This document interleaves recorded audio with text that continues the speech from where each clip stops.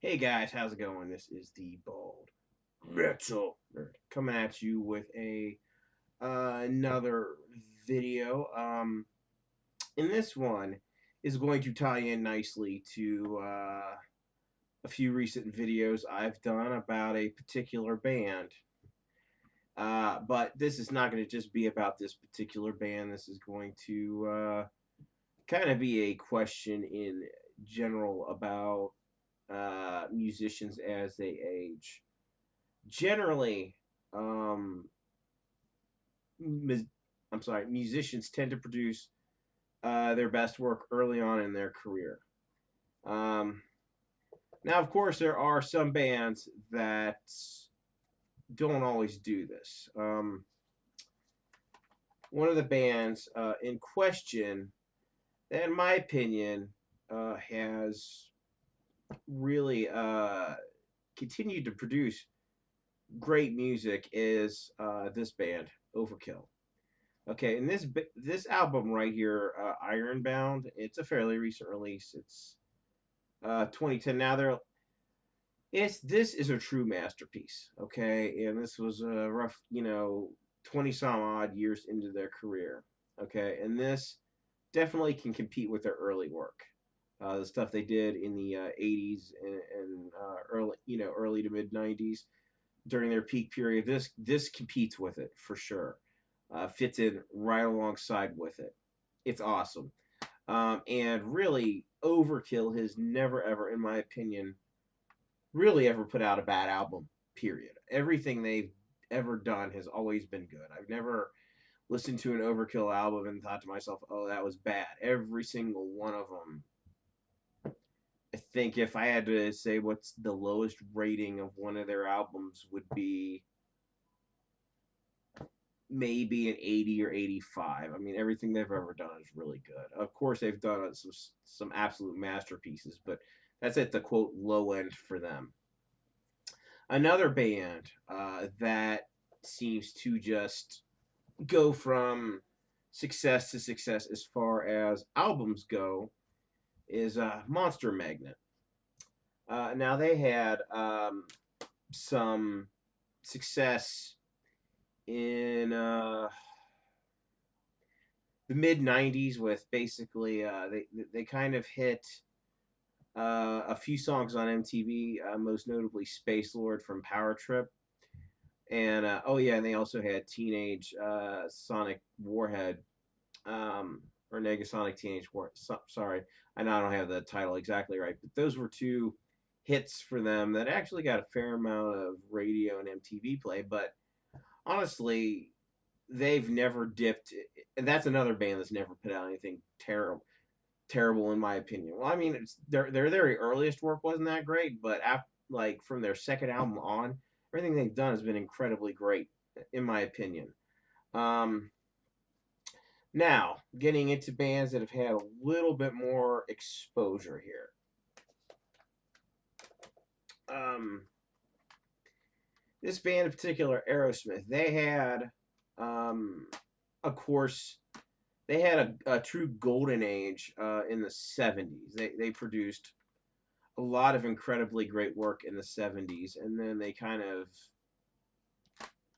uh, went to the wayside. I know they had some drug problems or whatever. And then they came back, and in the late 80s and early 90s, they really had, in my opinion, a second golden age.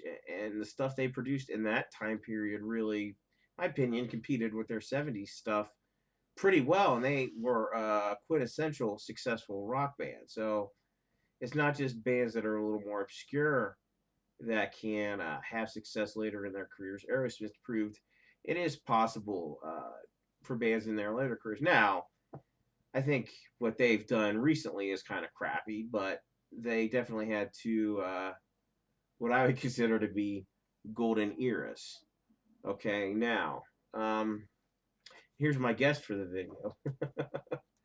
Another band that had some success in the 80s is this band, Accept.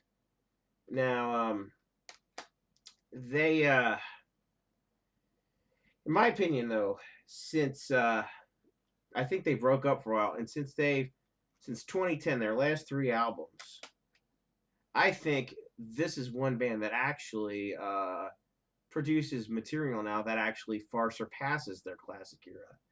Their most recent three albums, in my opinion, are far better than anything they put out in the 80s. Again, I know a lot of this is all just very highly subjective in his opinion, but it's just the way I see things. Moving on. Next band I'm going to talk about is Exodus. And I think their recent material, again, I wouldn't say it surpasses their classic material, but it definitely lives up to it. It stands alongside it real well. Um, certainly nothing for that band to think is not quality work. It absolutely is. And another band here. I know, guys, I'm just kind of going through this. There is a point to all this, trust me. Next band that really put out something killer after being away for a while, At the Gates. Carcass would be another one. I could show Carcass's latest album at no point. And of course, At the Gates released an absolute masterpiece, Slaughter of the Soul. Does this live up to Slaughter of the Soul? No. But, well, it's probably as good, but it's not as impactful. It's not going to have the impact that it did, but it is an incredibly great album that they put out. Now there's these two albums I want to specifically show off from this next band here as being, again, an example of them, in my opinion, in a lot of ways surpassing their classic period. And that, of course, is Testament. This, to me, is my favorite Testament album ever. This is The Gathering. That's from '99, which is past their classic era of the '80s. Obviously, incredibly great record. And then after that, they broke up for a while, were dormant, and then they came out with this. And I think being dormant for a while really reignites the creative juices. This is, of course, the formation of Damnation. And again, I think this exceeds their '80s output as far as quality goes. Now we're going to talk about another band here that was hugely, or is hugely successful. Definitely had a golden age in the '80s. Definitely had a golden age. They went through some stuff, but they came back incredibly strong. I, of course, am talking about Iron Maiden. Talking about these two albums here. I think these two albums, I don't think they exceed. They're not better than what they put out in the '80s. But again, they match it. Now, a lot of those, now Iron Maiden, after these albums, I think they did go down quality-wise some. I mean, I think their albums are still pretty decent that they're putting out, but they're not as good as those. It's just not done. So, and yeah, I'd say the majority of bands, though, more often than not, do get worse as they age. It's not universal, but it's definitely a common theme running through most rock bands. AC/DC is an example. They're not able to produce the kind of stuff they used to produce. That's just a quintessential example. Of course, the most notorious example is Guns N' Roses. They did one awesome album, and then just a bunch of after that. And there's just many, many other examples. And now, of course, when I get to the final band that I'm talking about, this album here, which of course relates to the last video I uploaded, the vinyl rip of this. This album is really good, I think. It most certainly does not surpass their '80s output. Hardwired is good, but is it better than Master of Puppets or Ride the Lightning or Justice? No, it's not. I wouldn't say it's even better than the Black Album. It's quite good, but it doesn't beat any of their classic material. And honestly, I'm amazed that Metallica was able to produce this. And what really inspired this video is a quote, and I'm going to read it here, just so bear with me, guys. I got to pull it up.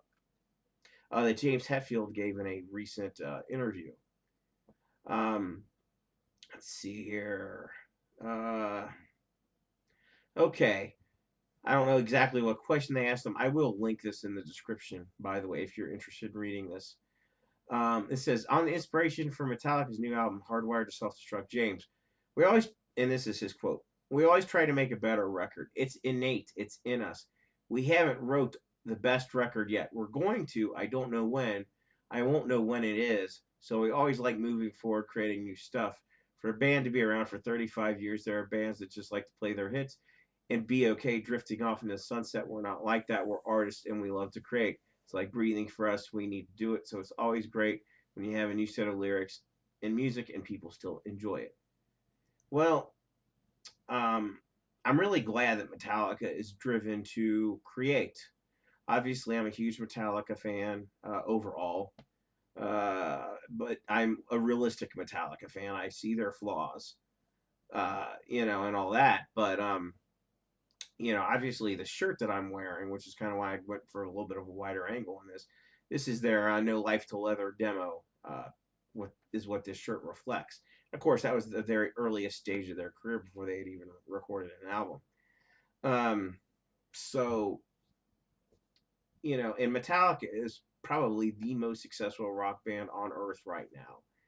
And they were able to kind of pull back and produce something really good.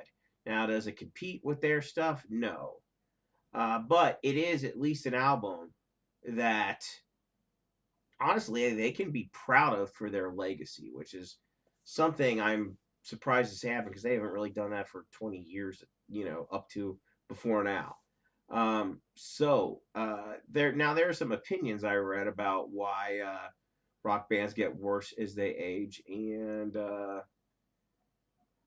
this is somebody wrote here. I'll again link all this stuff in the description for you. This guy says, I've literally seen hundreds of live acts. I was in the biz for years. There's two things at work here. One is the perception that the music of one's youth is the best music. Nostalgia certainly plays part in this belief, but I've worked for many years in a music venue. Yeah, and he says blah blah blah about great music coming out every year. That, whatever. And then the other thing at work is the idea that rock is a young man's or woman's game. Being old and rocking is considered simply unfashionable. I've heard the Rolling Stones mocked because they're so old, but if you listen to what they're doing, you'll hear old pros interacting intricately with depth and focus. As for older rockers being unable to write great songs, I think nostalgia gets in the way of their ability to present new material. That might be it. Everyone wants to hear the songs they're familiar with. We often don't really give them a chance to grow. I think this will change as fans of rock music age. Remember, rock is still pretty new. Not 50 years passed since it really took off. Blah, blah, blah. Let's be patient when it comes to satisfaction. I guess time will tell on that one. So here's a quote that somebody else said.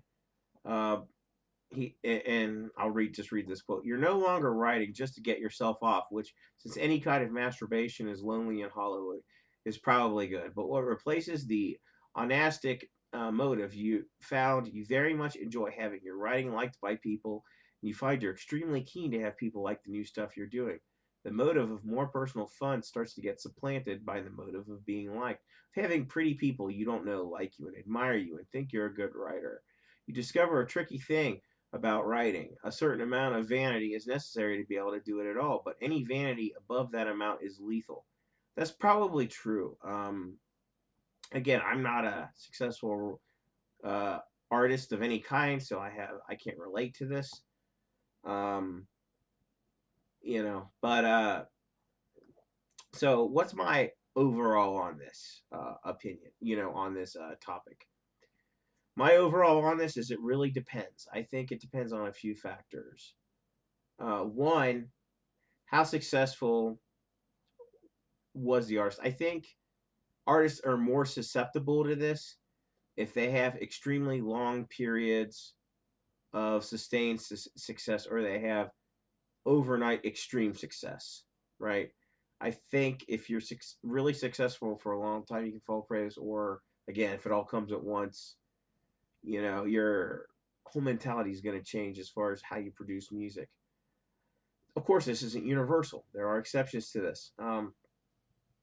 So the success is a relative thing. I mean, I guess if we have to say how we measure success, I guess if a band is mega famous and flying around the world and playing stadiums, right? We'll just say that they're gonna have a harder time staying grounded, musically than a band who, let's say, the level of success they only reach is playing clubs, and just basically making a living at it. I think if you stay at that lower level, your intensity is more you're more likely to stay there because a lot of bands have really fallen off the wagon as they have aged and produced a lot of crap. So, again, I don't think there's a hard and fast rule on this. And I can't even say there's a majority one way or the other. There's so much variation in the quality that bands produce as they age. I don't think there's a hard and fast rule on this. Anyway, I really want to hear what you guys think. It just let me know if you think that there is a correlation in between this, if it's completely random, whatever. Anyway, thanks a whole lot for watching this. If you've made it this far, thank you, thank you, thank you. As always, if you did like what you see, please thumbs up, share, subscribe, all that fun stuff. Thanks a whole lot for watching. I'll catch you guys next time.